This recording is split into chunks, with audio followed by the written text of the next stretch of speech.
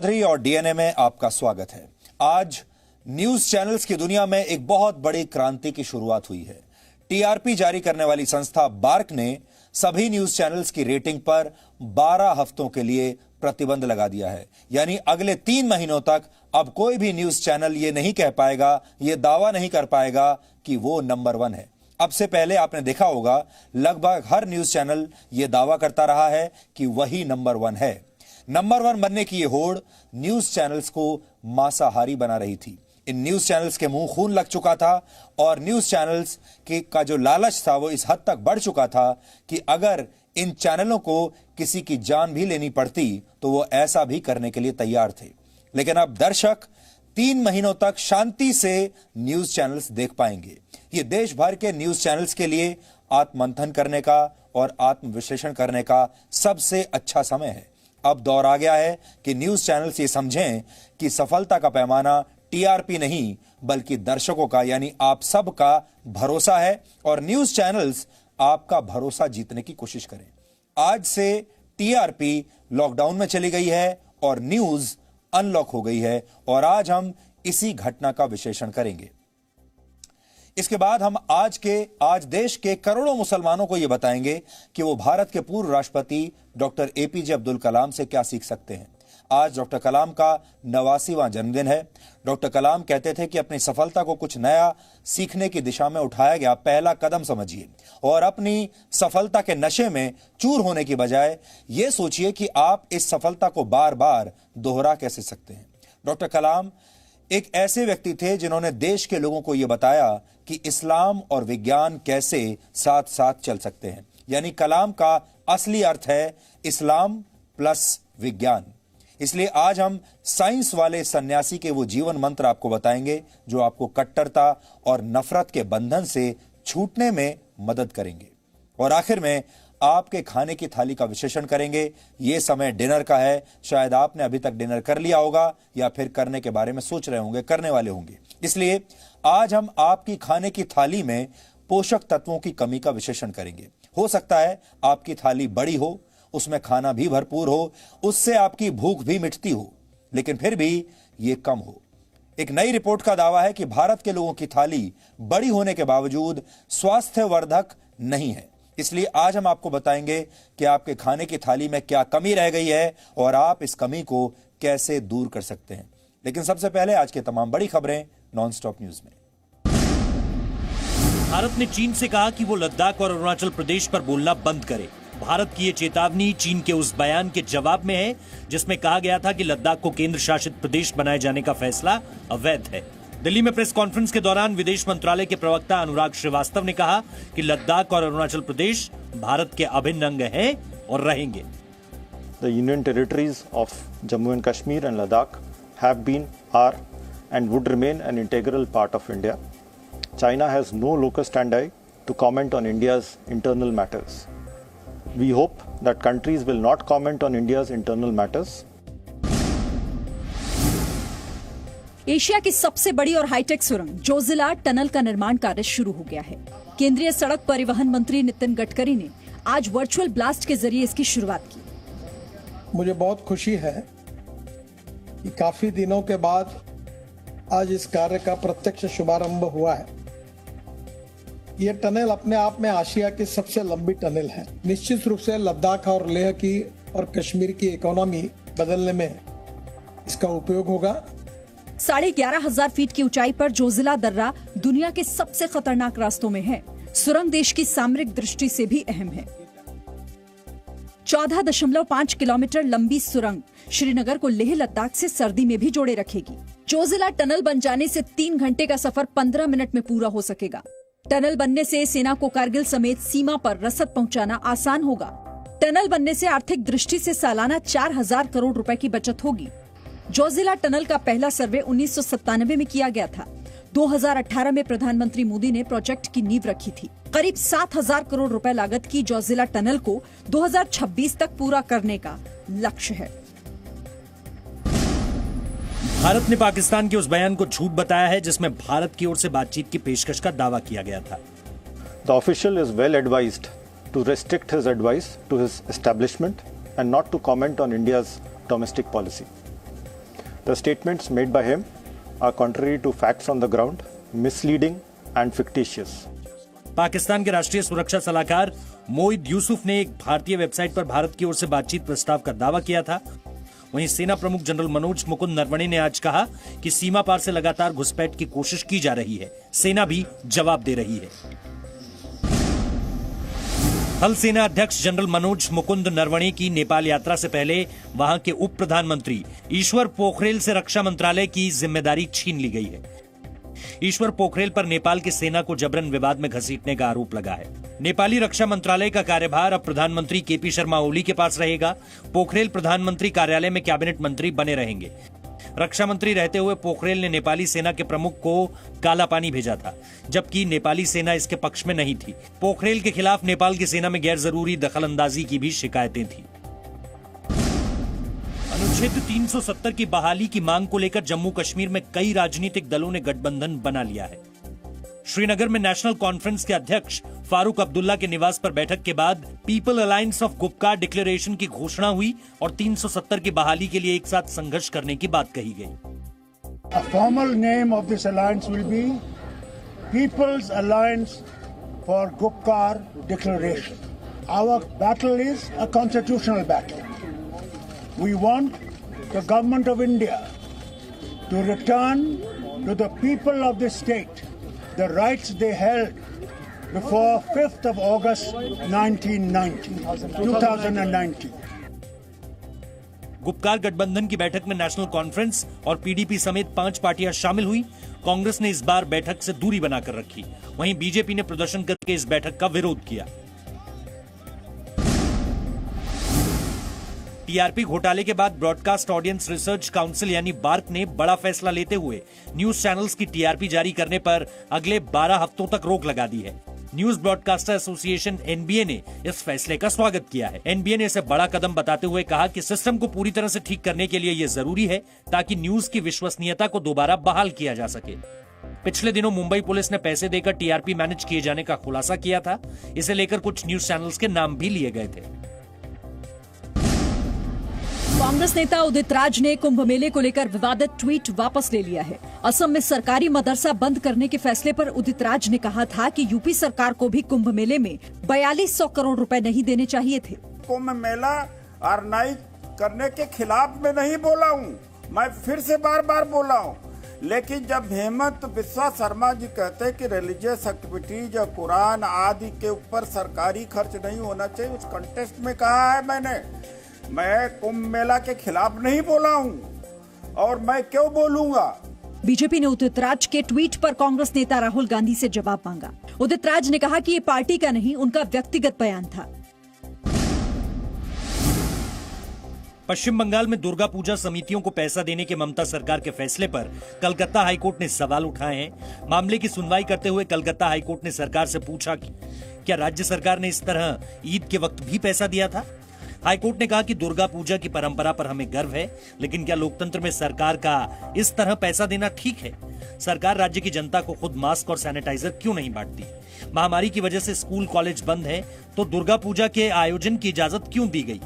High court ने यह भी पूछा कि दुर्गा पूजा की सारी व्यवस्था पुलिस देखेगी तो पूजा समितियों को फंड क्यों दिया जा रहा है। कलकत्ता हाईकोर्ट में कल भी सुनवाई जारी रहेगी। ममता सरकार ने पूजा समितियों को 50-50 हजार रुपए देने का ऐलान किया है। ममता बनर्जी ने आज राज्य की कई समितियों की तरफ से आयोजित दुर्गा पूजा का वर्चुअली उद्घाटन किया। प्रधानमंत्री नरेंद्र मोदी ने कोरोना वैक्सीन बनाने में जुटी टीम के साथ आज समीक्षा बैठक की। प्रधानमंत्री ने कहा कि केंद्र सरकार देश के हर व्यक्ति को आसानी से और कम कीमत पर कोरोना की जांच और वैक्सीन उपलब्ध कराने के लिए प्रतिबद्ध है। प्रधानमंत्री नरेंद्र मोदी ने स्वास्थ्य मंत्रालय को कोरोना के टेस्ट और सीरो सर्वे को बढ़ाने के निर्देश दिए। देश में कोरोना संक्रमित मरीजों की संख्या 73 लाख से ज्यादा हो गई है, लेकिन इलाज से मरीजों के ठीक होने की दर भी 87.36% पर पहुंच गई है। पिछले 24 घंटे में 67,708 लोग कोरोना वायरस से संक्रमित हुए। 680 लोगों की मौत हुई, जबकि 81,514 मरीज ठीक हो गए हैं। आज एक बहुत बड़ा दिन है क्योंकि आज से न्यूज चैनल्स की टीआरपी लॉकडाउन में चली गई है और असली न्यूज अनलॉक हो गई है। कोरोना वायरस की वजह से भारत में आज से 9 महीने पहले लॉकडाउन लगाया गया था। लॉकडाउन हो गया था, सब कुछ बंद हो गया था। हालांकि अब धीरे धीरे सब कुछ अनलॉक हो रहा है और आज भी कुछ ऐसा है जो लॉकडाउन में गया है और कुछ ऐसा है जो अनलॉक हो रहा है। एक क्षेत्र ऐसा है जहां आज से लॉकडाउन की घोषणा हो गई है और यह क्षेत्र है न्यूज चैनल्स की टीआरपी का क्षेत्र, जिस पर कब्जे की लड़ाई ने पत्रकारिता के स्तर को न सिर्फ बहुत गिरा दिया है बल्कि लोकतंत्र के चौथे स्तंभ यानी मीडिया पर एक ऐसी दीमक लगा दी है जिससे छुटकारा पाने के लिए अगले 8 से 12 हफ्तों तक न्यूज चैनल्स का टीआरपी का आंकड़ा अब बाहर नहीं आएगा। इसे आप मीडिया को स्वच्छ करने का अभियान यानी टीआरपी का पेस्ट कंट्रोल भी कह सकते हैं। आपने देखा होगा आपके घर में या दफ्तर में जब दीमक लग जाती है या कुछ और कीटाणु आ जाते हैं तो आप पेस्ट कंट्रोल कराते हैं। इसलिए जो कुछ इस उद्योग में हो रहा है, टीआरपी की वजह से जो हो रहा है, उसके लिए भी एक पेस्ट कंट्रोल की जरूरत थी और अब आप ये समझिए कि 12 हफ्तों तक ये पेस्ट कंट्रोल होगा और 12 हफ्तों तक न्यूज चैनल्स की टीआरपी जारी नहीं की जाएगी। हर हफ्ते गुरुवार के दिन टीआरपी यानी टेलीविजन रेटिंग पॉइंट जारी करने वाली संस्था बार्क, जिसका नाम है Broadcast Audience Research Council, BARC ने आज यह घोषणा की है कि अगले 8 से 12 हफ्तों तक अलग अलग न्यूज चैनल्स की टीआरपी के आंकड़े जारी नहीं किए जाएंगे। इनमें हिंदी न्यूज चैनल्स हैं, अंग्रेजी न्यूज चैनल हैं, बिजनेस न्यूज चैनल हैं और क्षेत्रीय भाषाओं के सभी न्यूज चैनल्स शामिल होंगे। बार्क का कहना है कि इस दौरान उनकी टेक्निकल कमेटी टीआरपी मापने के मौजूदा मापदंडों का रिव्यू करेगी और जिन घरों में टीआरपी मापने वाले मीटर लगे हैं वहां हो रही किसी भी तरह की छेड़छाड़ को और धांधली को रोकने की कोशिश की जाएगी। यानी कुछ न्यूज चैनल्स द्वारा किए गए कथित टीआरपी घोटाले को ध्यान में रखते हुए टीआरपी को ही आने वाले 2 से 3 महीनों के लिए अब पॉज कर दिया गया है, यानी रोक दिया गया है। यह ठीक वैसा ही है जैसे 9 महीने पहले कोरोना वायरस के संक्रमण को रोकने के लिए पूरे देश की गतिविधियों को रोक दिया गया था, उन पर विराम लगा दिया गया था और आज न्यूज चैनल्स की टीआरपी की गतिविधियों को रोककर मीडिया को एक खतरनाक संक्रमण से रोकने की कोशिश की जा रही है और यह कोशिश आज से शुरू हो रही है।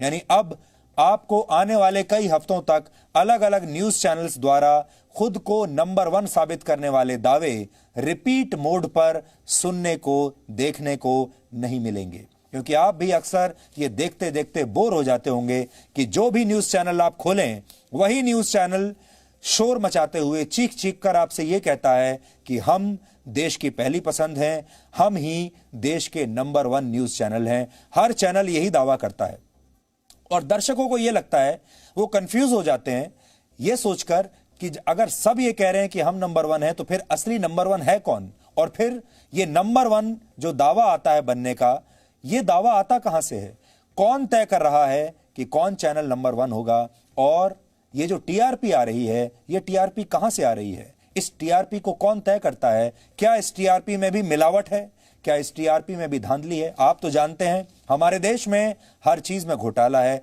हमारे देश में हर जगह भ्रष्टाचार है और हमारे देश में कुछ भी खरीदा जा सकता है, मान ईमान खरीदा जा सकता है, कोई भी सामान खरीदा जा सकता है, कहीं भी मिलावट हो सकती है, तो फिर टीआरपी क्यों नहीं खरीदी जा सकती। और हाल ही में यह पता चला है कि टीआरपी भी खरीदी जा सकती है, टीआरपी भी लूटी जा सकती है। इस बीच भारत में न्यूज चैनल्स का प्रतिनिधित्व करने वाली सबसे बड़ी संस्था न्यूज ब्रॉडकास्टर्स एसोसिएशन ने यानी एनबीए ने बार्क के इस फैसले का स्वागत किया है और कहा है कि इस दौरान बार्क को अपनी व्यवस्थाओं को सुधारने का एक मौका मिलेगा और बार्क की विश्वसनीयता वापस लौट पाएगी। बार्क की विश्वसनीयता का मतलब है टीआरपी की विश्वसनीयता। इसलिए एक अच्छी बात यह है कि न्यूज चैनल्स की जो संस्था है एनबीए, उसने इस कदम का स्वागत किया है, इसका विरोध नहीं किया है। इसलिए आप पहले तो यह जान लीजिए कि देश के सारे न्यूज चैनल्स इस कदम का स्वागत कर रहे हैं और कह रहे हैं कि यह अच्छी बात है, यह एक अच्छा कदम है। हालांकि इस दौरान बार्क द्वारा न्यूज चैनल्स को यह जरूर बताया जाएगा कि एक विशेष हफ्ते में कितने दर्शकों ने न्यूज देखी।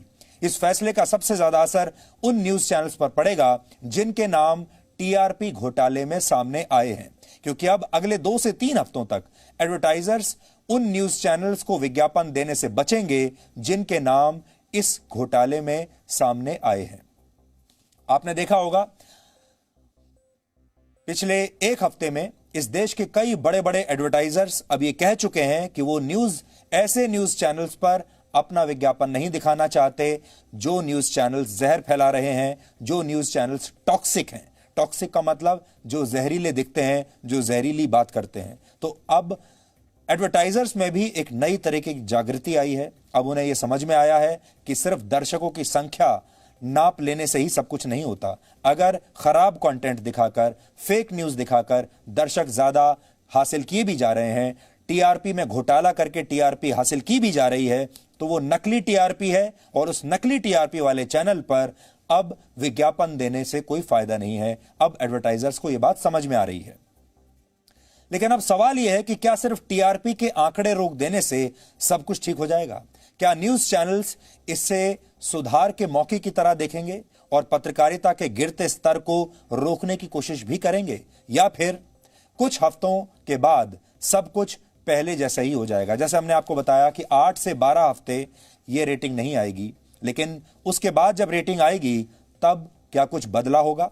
क्या फिर अच्छी न्यूज दिखाने पर भी रेटिंग आनी शुरू होगी?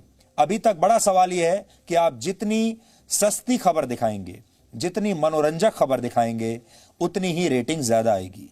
इसका मतलब जहां रेटिंग नापी जा रही है वहां कुछ ना कुछ समस्या है। जिन लोगों के घरों में ये बैरोमीटर लगे हैं वहां कुछ ना कुछ समस्या है। जो लोग अच्छी खबर देखना चाहते हैं उनका प्रतिनिधित्व इस रेटिंग में क्यों नहीं होता? ये 3 महीने सिर्फ मीडिया के लिए नहीं बल्कि आप सब के लिए भी आत्मविश्लेषण का अवसर लेकर आए हैं। इस दौरान आपको भी खुद यह तय करना होगा कि आप किस प्रकार की पत्रकारिता इस देश में देखना चाहते हैं। आप विश्वसनीयता के पैमानों पर किसी न्यूज चैनल का आकलन करना चाहते हैं या फिर इस आधार पर करना चाहते हैं कि वो बिना किसी जांच पड़ताल के कितनी फेक न्यूज चलाता है, अपने न्यूज रूम में, अपने स्टूडियो में कैसी अदालतें लगाता है और आपको इस तरह की फेक न्यूज देखने में कितना मजा आता है, और आप न्यूज सूचना के लिए देखते हैं या फिर मनोरंजन के लिए देखते हैं, यह आपको भी सोचना होगा। न्यूज चैनल्स मनोरंजन के लिए नहीं बल्कि सूचना पहुंचाने के लिए होते हैं। सबसे पहली बात पूरे देश को, आप सबको, हम सबको यह समझनी होगी, न्यूज चैनल्स सूचना के लिए हैं, इंफॉर्मेशन के लिए, आप तक खबरें पहुंचाने के लिए, मनोरंजन के लिए नहीं। मनोरंजन के लिए अलग चैनल हैं जिन्हें आप GEC कहते हैं, यानी जनरल एंटरटेनमेंट चैनल। उन चैनलों पर मनोरंजक कार्यक्रम आते हैं, उन चैनलों पर सीरियल्स आते हैं, धारावाहिक आते हैं, फिल्में आती हैं जो आपका मनोरंजन करती हैं, जिनका न्यूज से कोई लेना देना नहीं। लेकिन न्यूज चैनल्स पर न्यूज आनी चाहिए जो कि आती नहीं। इसलिए न्यूज चैनल्स को अपने असली मकसद को अब पहचानना चाहिए। अगर आप भी चाहते हैं कि हमें खुद में कोई बदलाव करने की जरूरत है तो हम आपको आज ये बताना चाहते हैं कि जी न्यूज इस पूरी मुहिम में सबसे आगे है और हम अपना आत्मविश्लेषण करने के लिए तैयार हैं। और हम आज आप सबको आमंत्रित करते हैं कि अगर आप जी न्यूज में कोई बदलाव देखना चाहते हैं, आप हमें कोई सुझाव देना चाहते हैं, आप हमें बताना चाहते हैं कि हमें कैसा दिखना चाहिए, कैसी खबरें दिखानी चाहिए, तो आप इस मेल एड्रेस पर जो आपकी स्क्रीन पर है इस समय अपनी राय भेज सकते हैं। यह हमने आप ही के लिए क्रिएट किया है और इस मेल एड्रेस को मैं पढ़कर भी आपको बता देता हूं। यह है mynews@zmedia.slgroup.com। यह हमारा एक ईमेल एड्रेस है जो हमने आपके लिए बनाया है और आप चाहें तो अपने सुझाव हमें भेज सकते हैं। इसके अलावा आप ट्विटर और फेसबुक पर भी अपनी प्रतिक्रियाएं हमें भेज सकते हैं कि हमें अपने अंदर क्या सुधार करना चाहिए। और अगर अभी आप कुछ कहना चाहते हैं इसी समय, तो हमने एक हैशटैग तैयार किया आपके लिए और उस हैशटैग का नाम है TRP इन लॉकडाउन। आप यहां पर ट्वीट कर सकते हैं इसी समय अगर आप कुछ कहना चाहते हैं तो। हम बाकी न्यूज चैनल्स के बारे में तो नहीं कह सकते कि वो कितना आत्ममंथन करेंगे, कितना आत्मविश्लेषण करेंगे, लेकिन ये जो आने वाले 90 से 100 दिन का समय है, ये हमारे लिए जरूर आत्मविश्लेषण का समय है। हम जरूर अपने बारे में आत्मविश्लेषण करना चाहते हैं और करेंगे भी, और आप सबको आमंत्रित करते हैं कि आप हमें हमारी मदद कीजिए इस काम में और आप हमें बताइए कि आप की पसंद का न्यूज चैनल बनने के लिए जी न्यूज को क्या करना होगा, हमें अपनी प्रोग्रामिंग में क्या बदलाव करने चाहिए और आप जी न्यूज पर और क्या क्या देखना चाहेंगे। आज न्यूज चैनल्स की दुनिया में एक बहुत बड़ी क्रांति की शुरुआत हुई है। अगले 3 महीनों तक कोई न्यूज चैनल अब यह नहीं कह पाएगा कि वो नंबर 1 है। आपको याद होगा, अब से पहले तक सब न्यूज चैनल्स यही कहते थे, ये दावा करते थे कि हम ही नंबर 1 न्यूज चैनल हैं और इस होड़ में ये न्यूज चैनल्स असल में मांसाहारी बन गए थे। इन न्यूज चैनल्स के मुंह खून लग चुका था और ये लालच इस हद तक बढ़ चुका था कि अगर न्यूज चैनल्स को किसी की जान भी लेनी पड़े तो वो ऐसा करने में भी चूकेंगे नहीं। लेकिन अब दर्शक 3 महीनों तक शांति से न्यूज चैनल्स देख पाएंगे। ये देश भर के न्यूज चैनल्स के लिए आत्ममंथन का, आत्मविश्लेषण का समय है, जैसा कि हम आपको आगे बता चुके हैं पहले भी। बार्क ने न्यूज चैनल्स की जिस टीआरपी को रोकने का फैसला किया है वो पिछले हफ्ते तब चर्चा में आई जब देश के 2 बड़े न्यूज चैनल्स पर टीआरपी से छेड़छाड़ करने के आरोप लगे। इसलिए आज आप ये भी समझ लीजिए कि ये टीआरपी के आंकड़े क्यों रोके गए हैं, क्योंकि टीआरपी चुराने के, लूटने के, घोटाले के आरोप लग रहे हैं। फिलहाल मुंबई पुलिस ने इस पूरे मामले की जांच शुरू कर दी है। मुंबई पुलिस की जांच में जो भी कुछ सामने आएगा उसके बारे में हम आपको लगातार अपडेट देते भी रहे हैं और आगे भी देते रहेंगे। लेकिन उससे पहले जरा यह समझ लीजिए कि आखिर कुछ घरों में टीआरपी मीटर से छेड़छाड़ करके कैसे टीआरपी को प्रभावित किया जा सकता है। और आज जो हम आपको बताने वाले हैं, यकीन मानिए आप सब लोग ये जानकर हैरान रह जाएंगे। एक अच्छी बात यह है कि इससे पहले जो न्यूज इंडस्ट्री थी और जो अलग अलग चैनल्स के न्यूज रूम थे वो किस तरह से काम करते हैं ये आम दर्शकों को, आम जनता को कभी पता ही नहीं था। ये टीआरपी कैसे आती है ये आप लोगों को कभी पता ही नहीं था। हम नहीं कहते कि इस टीआरपी घोटाले की जब जांच होगी तो कौन कौन लोग फंसेंगे, लेकिन इससे एक फायदा जरूर हुआ है और वो फायदा ये कि इस टीआरपी के बारे में ट्रांसपेरेंसी आ गई है और अब देश का हर घर, हर परिवार जो टीवी देखता है ये जान गया है कि ये टीआरपी आती कैसे है, इस टीआरपी के मॉडल में क्या क्या खामियां हैं और इस टीआरपी को कैसे घोटाला करके लूटा जा सकता है। क्योंकि ये सब कुछ संभव है और हो सकता है ये वर्षों से ऐसा ही हो रहा हो। इसका सबसे बड़ा सवाल यह है कि हो सकता है जिस न्यूज चैनल को आप वर्षों से नंबर 1 मानते आ रहे हो सकता है वो असल में नंबर 1 हो ही ना। जिस प्रोग्राम को आप सोचते हो कि ये नंबर 1 है, हो सकता है वो नंबर 1 ना हो, क्योंकि वो टीआरपी घोटाले के तहत टीआरपी को मैनेज करके उन टीआरपी को हासिल किया जा रहा हो।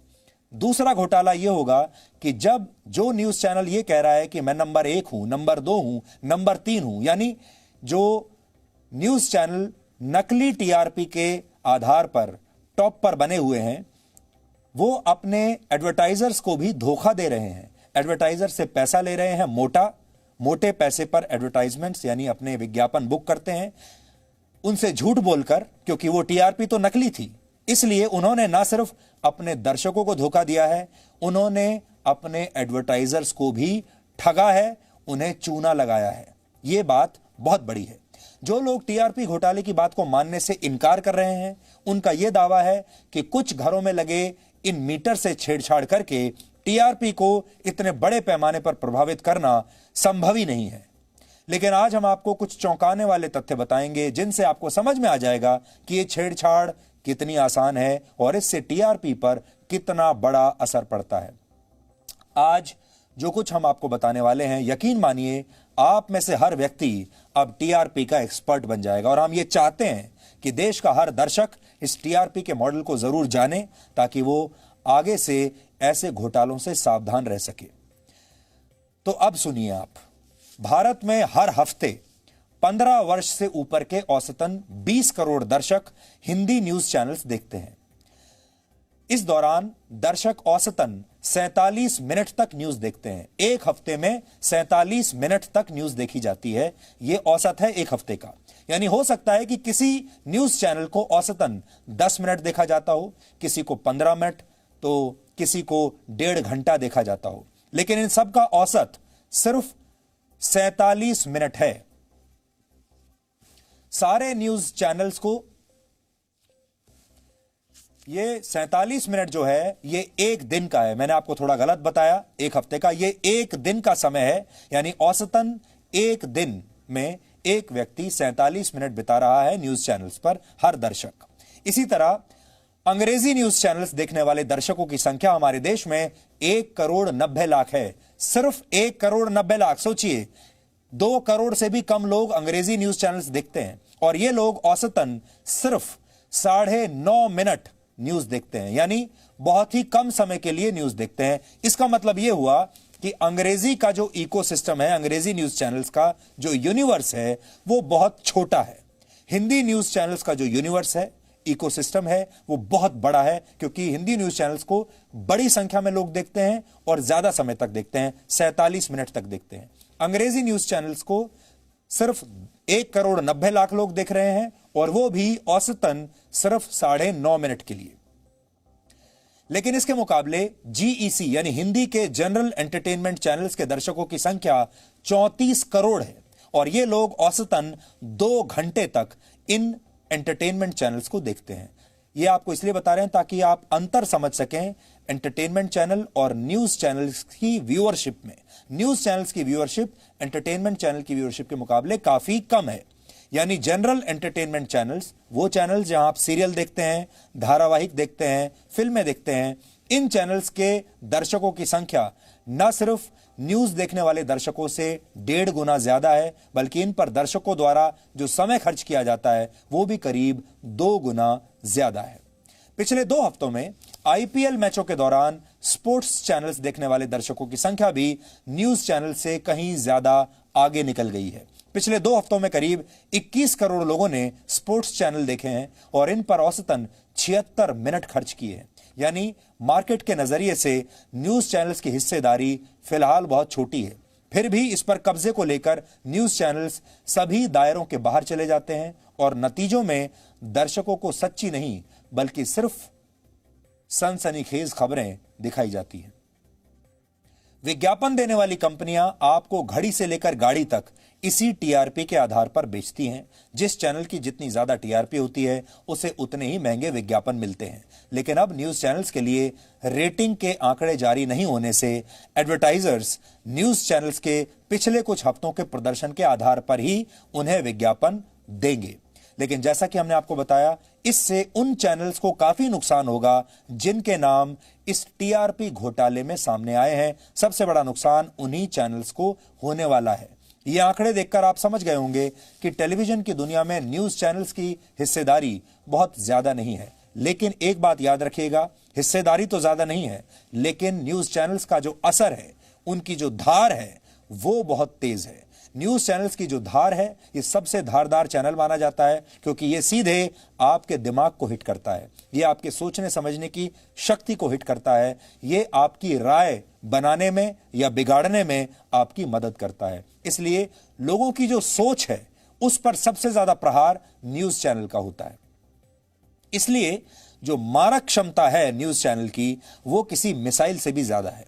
देश भर में 44,000 घरों में इस समय टीआरपी को मापने वाले मीटर लगे हुए हैं। सोचिए, सिर्फ 44,000 घरों में टीआरपी मापने वाले मीटर लगे हैं, ओनली 44,000। और विशेषज्ञों के मुताबिक दिन भर में औसतन ज्यादा से ज्यादा 3,500 या 4,000 मीटर्स पर ही हिंदी न्यूज रिकॉर्ड की जाती है। यानी इन 44,000 मीटर्स में से ज्यादा 4,000 मीटर्स पर ही हिंदी न्यूज चैनल्स रिकॉर्ड होती है। यानी सिर्फ 10% लोग ही हिंदी न्यूज चैनल्स देखते हैं, सिर्फ 10% दर्शक। बाकी के 90% दर्शक कुछ और देख रहे हैं। वो स्पोर्ट्स देख रहे हैं, एंटरटेनमेंट देख रहे हैं, फिल्म चैनल देख रहे हैं, बच्चों के चैनल देख रहे हैं, कुछ भी देख रहे हैं, लेकिन न्यूज चैनल 10% लोग देख रहे हैं। अब आप सोचिए, जब कोई चैनल ये कहता है कि मैं नंबर 1 चैनल हूं, तो वो इस 10% हिस्से का 15% या 20% हिस्सा लेकर अपने आप को नंबर 1 होने का दावा करता है। अब इन 3,500 या 4,000 घरों में से करीब 50 घरों को भी अगर प्रभावित कर लिया जाए और इन घरों के लोगों को एक विशेष न्यूज चैनल 4 से 5 घंटे देखने के लिए कह दिया जाए, तो उस चैनल की टीआरपी 6% तक बढ़ सकती है। उदाहरण के लिए मान लीजिए कि नंबर 1 बनने का मुकाबला चैनल ए और चैनल बी के बीच है। आज हम चैनलों का नाम नहीं ले रहे हैं क्योंकि ये चैनल बुरा मान जाएंगे।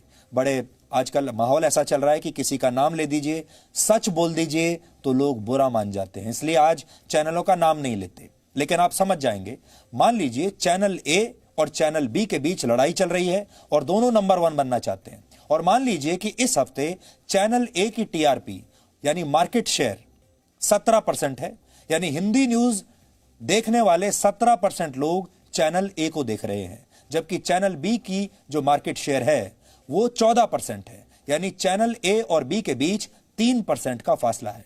अब अगर चैनल बी ने 50 घरों को प्रभावित कर लिया, यानी रिश्वत देकर 50 घरों को टेम्पर कर लिया, 50 घरों को 500 रुपए दे दिए और कह दिया कि हर रोज 5 घंटे हमारा चैनल देखो, तो चैनल बी जो कि 3% पीछे है, उसकी टीआरपी और उसका मार्केट शेयर 14% से बढ़कर सीधे 20% हो जाएगा। और हो सकता है कि चैनल ए की टीआरपी सिर्फ 1 या 2% ही बढ़े। ऐसे में चैनल बी टीआरपी से छेड़छाड़ करके, टीआरपी का घोटाला करके, टीआरपी को चुरा के, टीआरपी को लूट के, टीआरपी को खरीद के, कुछ भी करके अगर उसने 50 घरों को भी प्रभावित कर लिया, और आप सोचिए कितना पैसा लगेगा। जो अभी घोटाला हुआ है उसमें तो यह बताया गया है कि उन घरों को 500 रुपए दिए जा रहे हैं। तो अब आप खुद से कैलकुलेट कर लीजिए, 50 घर को 500 रुपए अगर दिए जाएं, 50 गुना 500, तो कितने कम रुपए में 25,000 रुपए में आप खर्च करके इस देश का नंबर 1 न्यूज चैनल बन सकते हैं और अपने विज्ञापन दाताओं को, अपने एडवर्टाइजर्स को ठग सकते हैं। उन्हें बता सकते हैं कि हम महंगे दाम पर अब अपना विज्ञापन आपसे लेंगे और आपको ज्यादा दाम देना पड़ेगा। तो 50 अगर घर आपने मैनेज कर लिए, उसी से पूरा खेल पलट सकता है। यह खेल इतना छोटा है। आज हमने इस विषय पर कुछ वरिष्ठ पत्रकारों से भी बात की और उन्होंने कहा कि न्यूज चैनल्स को अब अपने वर्षों पुराने मॉडल को बदलना होगा और सच्ची, रिसर्च बेस्ड और ग्राउंड रिपोर्टिंग पर आधारित खबरों को प्राथमिकता देनी होगी, ऐसी खबरों को जो लोगों के जीवन से जुड़ी हुई हैं। आप भी आगे बढ़ने से पहले इन वरिष्ठ पत्रकारों की बात सुनिए। कंटेंट के बल पर जो अच्छा जनता जो चाहती है, जनता असली जानकारी चाहती है, सूचना चाहती है न्यूज़ चैनल से, एंटरटेनमेंट चैनल से भी, उसमें भी वो कोई सामाजिक सरोकार है, कोई सांस्कृतिक है, कोई आर्थिक मामलों पर है, उसके पीछे भी उद्देश्य यही होता है कि एक अच्छा संदेश जाए समाज में। हम जब वो काम नहीं करेंगे तो टीआरपी पर और दुनिया भर में जो हमारी छवि बिगड़ती है उस पर भी असर पड़ता है। और इस दृष्टि से मेरा ऐसा मानना है कि जो कदम उठाया गया है वो बिल्कुल ठीक है। फिलहाल जिस तरह का है, एक तो उस पूरी टीआरपी की इस पूरे कंसेप्ट को लेकर के भी इससे पुनर्विचार की एक संभावना जो खुलते हैं, दरवाजे खुलते हैं कि उसका तरीका क्या हो, कैसे उसको बढ़ाया जाए आगे, कैसे उसकी लोकप्रियता इस आधार पर देखी जाए क्या अच्छा है।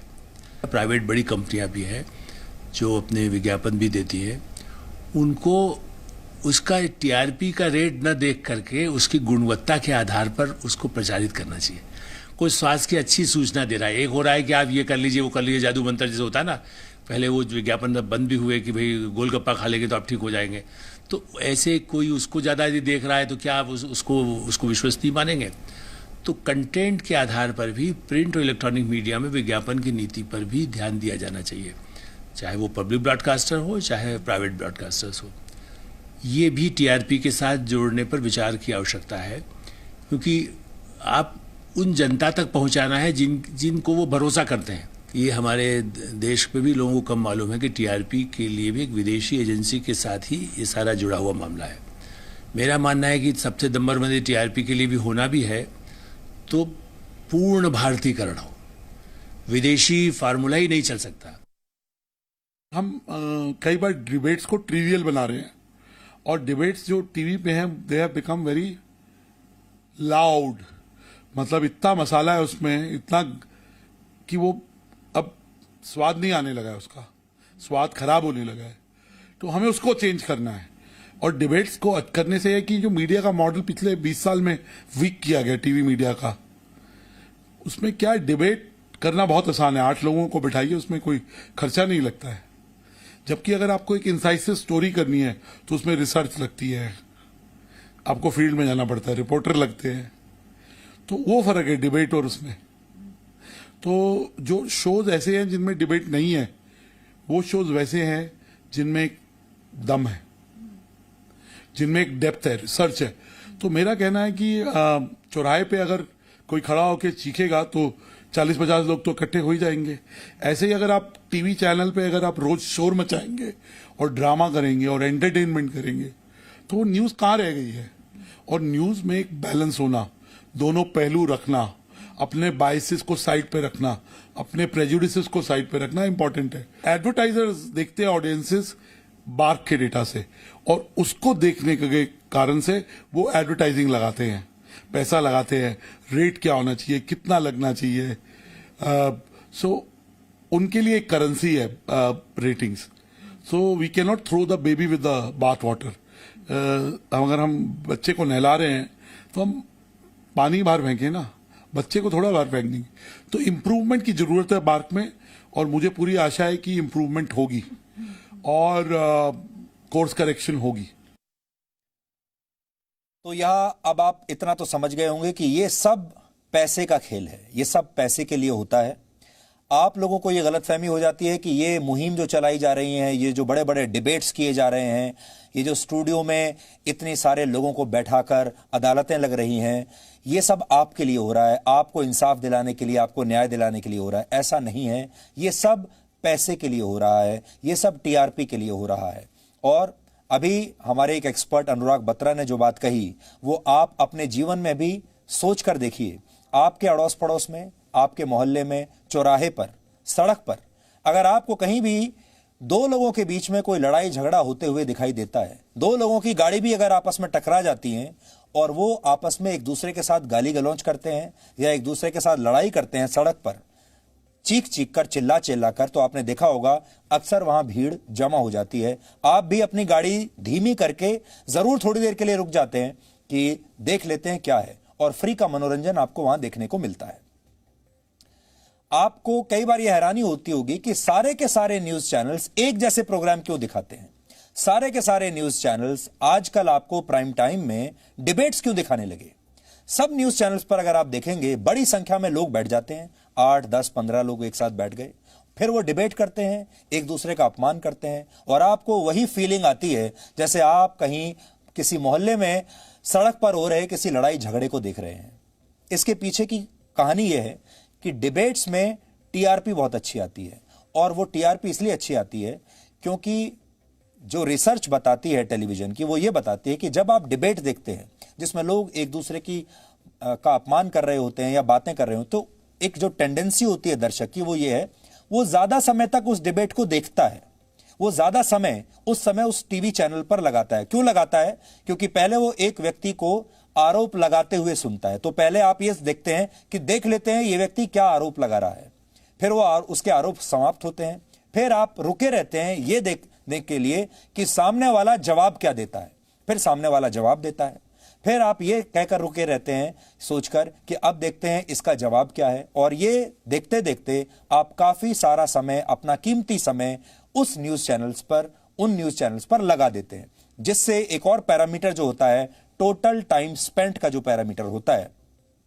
वो उस चैनल का बढ़ जाता है, जिसकी वजह से टीआरपी भी बढ़ जाती है। इसलिए जो डिबेट्स हैं वो टीआरपी मॉडल का श्योर शॉट फॉर्मूला है। अगर आप डिबेट करेंगे और अगर वो डिबेट मनोरंजक हुए, अगर उनमें चीखा चिल्ली हुई, उनमें एक दूसरे के लिए अपमानजनक सस्ती भाषा का प्रयोग हुआ, तो टीआरपी की गारंटी है। और जैसा भी आपको अनुराग ने भी बताया, इन डिबेट शोज में पैसा नहीं लगता, इसमें कोई पैसे का खर्चे का सवाल ही नहीं है। ना तो आपको रिपोर्टर अपने ग्राउंड पर भेजने हैं, ना आपको रिपोर्टर्स की जरूरत है, ना न्यूज गैदरिंग की जरूरत है, ना रिसर्च करने की जरूरत है, ना पढ़ाई लिखाई करने की जरूरत है। और इसलिए ज्यादातर न्यूज चैनल्स अब यही कोशिश करते हैं कि वो डिबेट करते रहें सारे दिन। और आपने ये देखा होगा कि ग्राउंड रिपोर्टिंग अब धीरे धीरे न्यूज चैनल से गायब होती जा रही है, इसलिए क्योंकि ग्राउंड रिपोर्टिंग मुश्किल है। ग्राउंड रिपोर्टिंग में पैसा भी लगता है और ग्राउंड रिपोर्टिंग में मेहनत भी बहुत लगती है। अब की जो बिजनेस मॉडल है न्यूज चैनल्स के, उनमें न्यूज चैनल्स रिपोर्टर्स पर पैसा खर्च नहीं करना चाहते, वो रिपोर्टर्स को बाहर नहीं भेजना चाहते। इस बात को आप समझिए। अगर आप भी इस मुद्दे पर अपनी कोई प्रतिक्रिया इस समय देना चाहते हैं तो आप #TRP इन लॉकडाउन पर ट्वीट करके इसी समय अपनी राय दे सकते हैं। आपकी स्क्रीन पर आ रहा है TRP इन लॉकडाउन। आप सबके लिए यह गंभीर मुद्दा इसलिए है क्योंकि ये पूरा की पूरा जो बिजनेस मॉडल बनाया गया है, पूरा की पूरा बिजनेस मॉडल पैसे के लिए बनाया गया है और यहां पैसा जो लिया जा रहा है वो आपके नाम पर लिया जा रहा है। यहां पर कमोडिटी प्रोडक्ट आप हैं। आपको ऐसा लगता है कि आप मुफ्त में ये न्यूज चैनल्स देख रहे हैं और आपको कोई पैसा नहीं खर्च करना पड़ रहा, लेकिन आप ये भूल गए कि ये सब कुछ पूरे मॉडल में आप प्रोडक्ट हैं। आप ये न्यूज चैनल देख रहे हैं, इसी चीज का पैसा न्यूज चैनल अपने एडवर्टाइजर से ले रहा है। अब यहां एक सवाल यह भी है कि अगर न्यूज चैनल्स खुद में सुधार कर भी लें और आपको सच्ची और साफ सुथरी खबरें दिखाने भी लगें तो क्या न्यूज चैनल्स को पहले जैसी टीआरपी मिलेगी? और क्या टीआरपी मापने के लिए जो व्यवस्था फिलहाल लागू है, क्या वो व्यवस्था पर्याप्त है? क्या वो व्यवस्था उन लोगों को प्रोत्साहित करती है जो अच्छी खबरें दिखा रहे हैं, जो सच्ची खबरें दिखा रहे हैं? जवाब है नहीं। अगर आपने सच्ची खबर दिखाई, साफ सुथरी खबर दिखाई, डिबेट्स करने बंद कर दिए तो आपकी टीआरपी शर्त या जमीन पर आ जाएगी। जमीन पर आ जाएगी तो एडवर्टाइजर्स को लगेगा कि लोग आपको देख नहीं रहे और एडवर्टाइजर्स आपके यहां विज्ञापन नहीं देंगे। जब विज्ञापन नहीं देंगे आपको पैसा नहीं मिलेगा, आपके लिए अपने रिपोर्टर्स की तनख्वाह देना भी मुश्किल हो जाएगा। धीरे धीरे आप मजबूरी में वापस डिबेट शुरू करेंगे, वापस सस्ती खबर देना शुरू करेंगे। जैसे ही सस्ती और मनोरंजक खबरें देंगे टीआरपी बढ़ने लगेगी, विज्ञापन वापस आ जाएंगे, पैसा आने लगेगा और उसके बाद लोग सोचेंगे यही मॉडल सही है। इस समय पूरे देश के 44,000 घरों में टीआरपी को मापने वाले मीटर हैं और इन घरों में कुल मिलाकर 1,80,000 लोग रहते हैं और ये 1,80,000 लोगों की जेब में ही आपकी पसंद और नापसंद की चाबी है। यानी ये देश की जनसंख्या का सिर्फ 0.1% है। अब आप सोचिए कितने कम लोग, इतने कम लोग ये कैसे तय कर सकते हैं कि आपको क्या दिखाया जाना चाहिए और क्या नहीं दिखाया जाना चाहिए, क्या मॉडल सफल है, क्या असफल है। भारत में जनसंख्या के हिसाब से सबसे छोटी लोकसभा सीटों में से एक है अंडमान और निकोबार। यह सबसे छोटी लोकसभा सीट है जहां वोटर्स की संख्या सिर्फ 2.5 लाख है। अब 1,80,000 लोगों की पसंद और नापसंद को अंतिम मान लेना ऐसा ही है जैसे सिर्फ अंडमान और निकोबार के लोग भारत के लोकसभा चुनाव में वोट डालें और सिर्फ इन्हीं एक सीट की वोटों के आधार पर पूरे भारत के लोकसभा चुनावों की पसंद और नापसंद मान ली जाए। यह बिल्कुल वैसा ही है। टेलीविजन के विज्ञापनों का सालाना बाजार 32,000 करोड़ रुपए है। बहुत बड़ा बिजनेस है। 32,000 करोड़ दांव पर लगे हुए हैं। इसलिए हम आपको कह रहे हैं यह सारा खेल पैसे का है। इसे अगर हम उन 1,80,000 लोगों के बीच बराबर बांट दें जिनके घर में टीआरपी मापने वाले बैरोमीटर लगे हैं तो हर व्यक्ति के हिस्से में 17,77,777 रुपए आएंगे। हर एक व्यक्ति की जो कीमत है चैनल देखने की, पसंद करने की और नापसंद करने की, वो है 17,77,000 रुपए। लेकिन दुर्भाग्य यह है कि इन लोगों को शायद इस बात का एहसास ही नहीं है कि इनकी कीमत इतनी ज्यादा है और ये बेचारे लोग 500 रुपए लेकर अपनी पसंद और नापसंद को बेच देते हैं और बाकी के बड़े बड़े चैनल और एडवर्टाइजर्स यहां से करोड़ों रुपए कमा लेते हैं।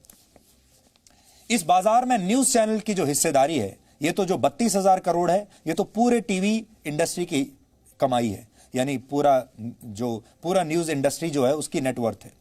लेकिन न्यूज चैनल की हिस्सेदारी इस 32,000 करोड़ में से बहुत छोटी है। जैसा हमने आपको पहले बताया था, लगभग वही 10%। 3600 करोड़ रुपए का जो पूरा बिजनेस है वो न्यूज चैनल्स का है। एक साल का 3,600 करोड़ का, जिसमें सब न्यूज चैनल आ जाते हैं, चाहे वो हिंदी हो, अंग्रेजी हो, क्षेत्रीय भाषाओं के हो। अगर इसे भी इन 1,80,000 लोगों के बीच बराबर बांट दिया जाए तो सबके हिस्से में 2-2 लाख रुपए आएंगे। यानी टीआरपी को प्रभावित करने के नाम पर जो लोग 400 या 500 रुपए में बिक जाते हैं, उन्हें खुद नहीं पता कि वो जो कर रहे हैं उसका कुछ थोड़े से लोग कितना फायदा उठा रहे हैं और कैसे करोड़ों रुपए कमा रहे हैं। सब कुछ आपकी पसंद के आधार पर।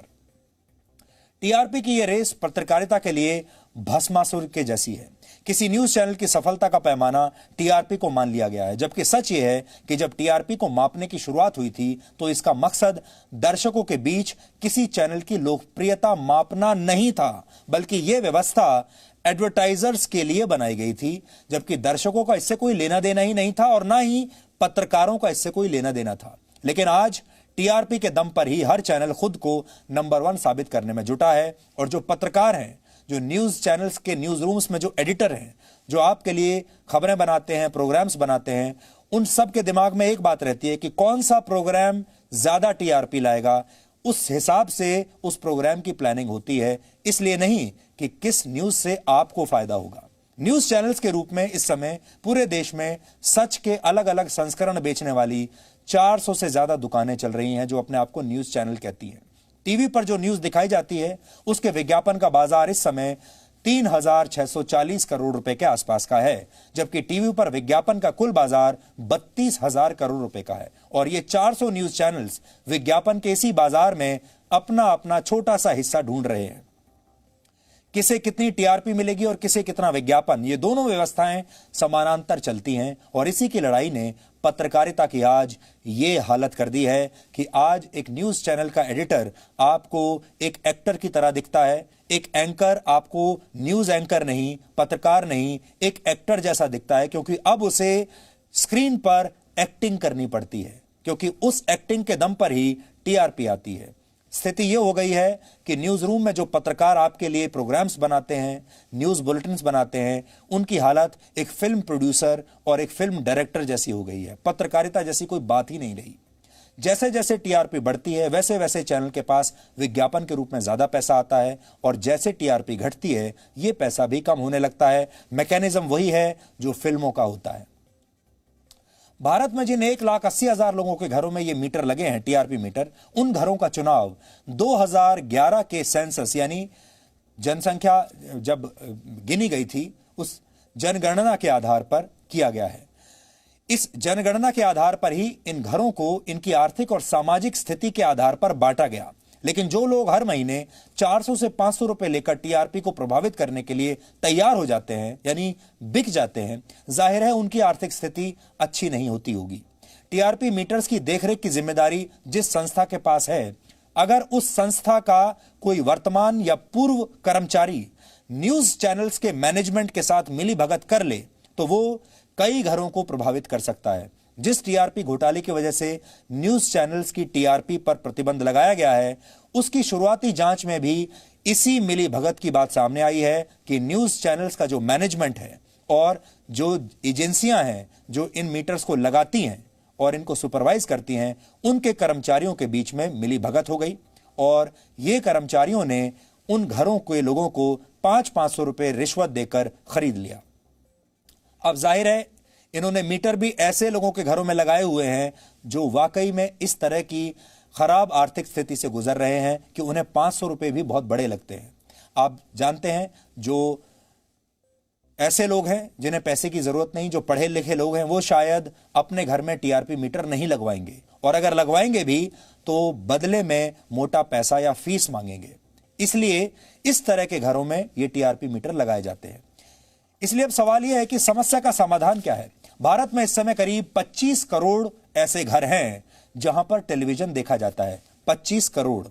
इनमें से 5 करोड़ घरों के पास प्राइवेट डीटीएच यानी डायरेक्ट टू होम की सुविधा है। जो डीटीएच के सेट टॉप बॉक्सेस हैं 5 करोड़ घरों में लगे हुए हैं और 4 करोड़ घरों में दूरदर्शन का फ्री डिश लगा हुआ है जिसके माध्यम से लोग टीवी देखते हैं। यानी कुल मिलाकर भारत में 9 करोड़ परिवारों के पास डीटीएच है, सेट टॉप बॉक्स। अब एक समाधान यह है कि इन सभी डीटीएच वाले घरों के सेट टॉप बॉक्स में कोई ऐसी चिप लगा दी जाए एक नई टेक्नोलॉजी के जरिए जो ये रिकॉर्ड कर ले कि किस घर में कौन सा चैनल कितनी देर देखा जा रहा है। इससे टीआरपी के आंकड़ों का जो सैंपल साइज है वो विशाल हो जाएगा। आज जो सैंपल साइज है वो है 44,000, जो कि इस विशाल देश के मुकाबले बहुत छोटा है।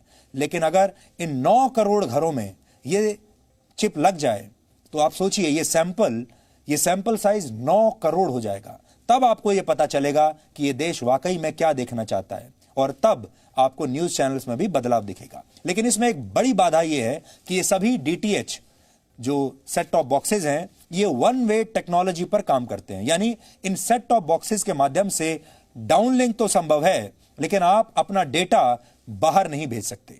अगर इस टेक्नोलॉजी को बदला जाए तो इस पर बहुत खर्चा आएगा और ये खर्च या तो ब्रॉडकास्टर्स को उठाना होगा या फिर एडवर्टाइजर्स को उठाना होगा या फिर बार्क को उठाना होगा, जिस एजेंसी के काम ये पूरा की पूरा डेटा आएगा।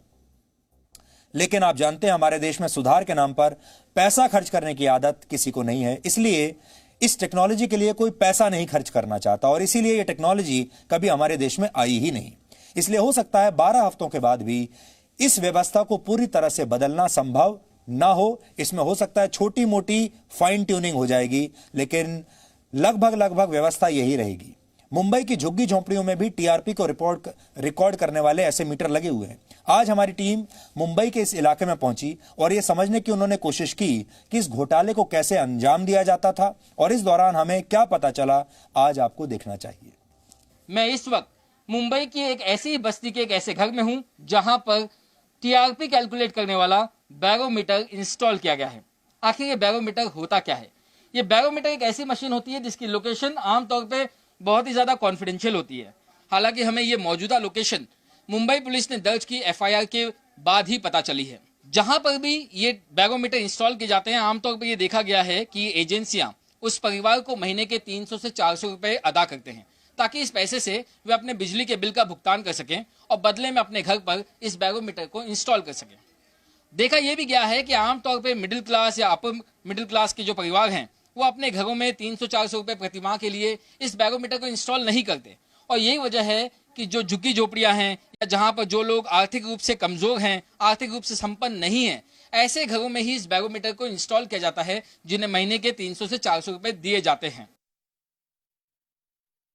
तो आपने देख लिया खुद अपनी आंखों से कैसे घरों में ये टीआरपी के बैरोमीटर लगे हुए हैं और ये जो घर हैं और जो लोग यहां देख रहे हैं, चाहे वो एक सेटिंग के जरिए, भ्रष्टाचार के जरिए देख रहे हैं या अपनी पसंद से भी देख रहे हैं, ये लोग तय करते हैं कि न्यूज चैनल्स पर कैसी न्यूज चलेंगी।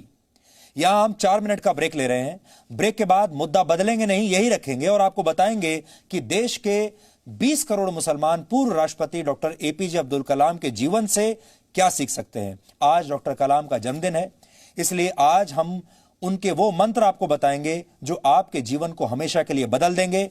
ये ऐसी कहानी है जिस पर 0 टीआरपी मिलेगी, लेकिन फिर भी आपको हम बताएंगे।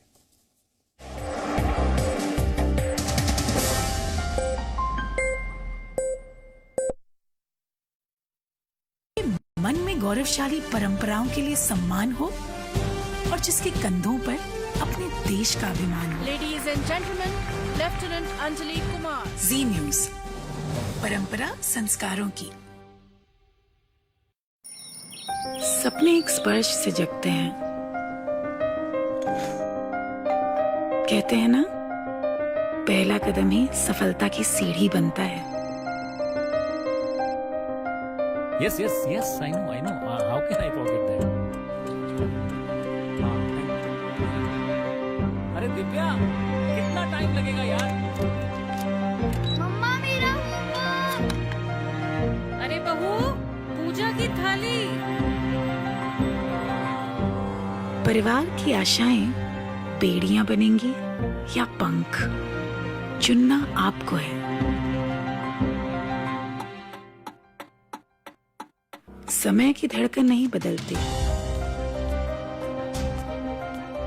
समय के साथ हम बदलते हैं।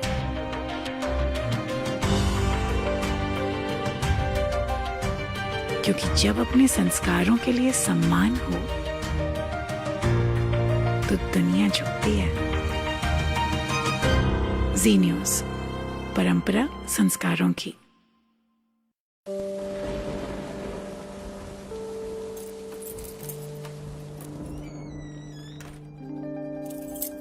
ये मेरे पापा हैं। हो सकता है ये कुछ बातें भूल जाते हैं, लेकिन मुझसे जुड़ी हर यादें मन की परतों में ठीक वैसे ही सजा रखी हैं जैसे इस अलमारी में कपड़ों की तहें। उनके संघर्ष की धूप ने मुझे लक्ष्य पाने की सीख दी है और उनकी उनकी सांवली छाया ने माँ के संस्कार।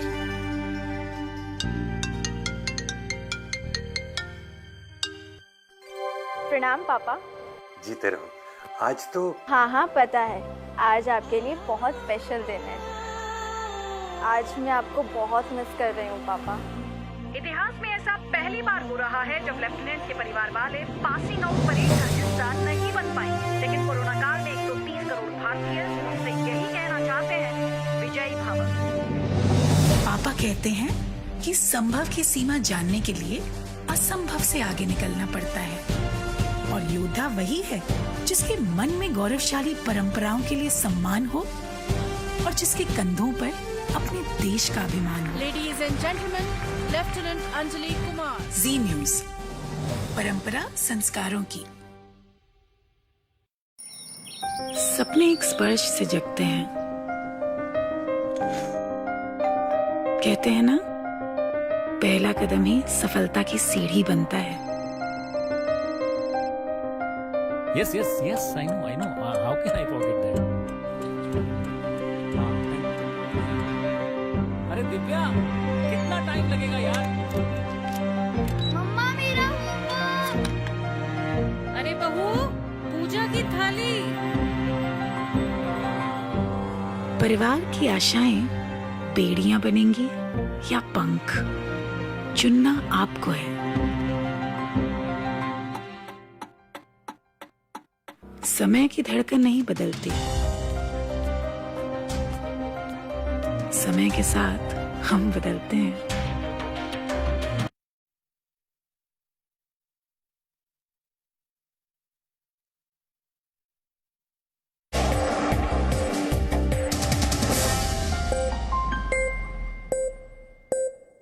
मीडिया को समाज का आईना माना जाता है, लेकिन आज इस आईने को ही साफ करने की जरूरत है।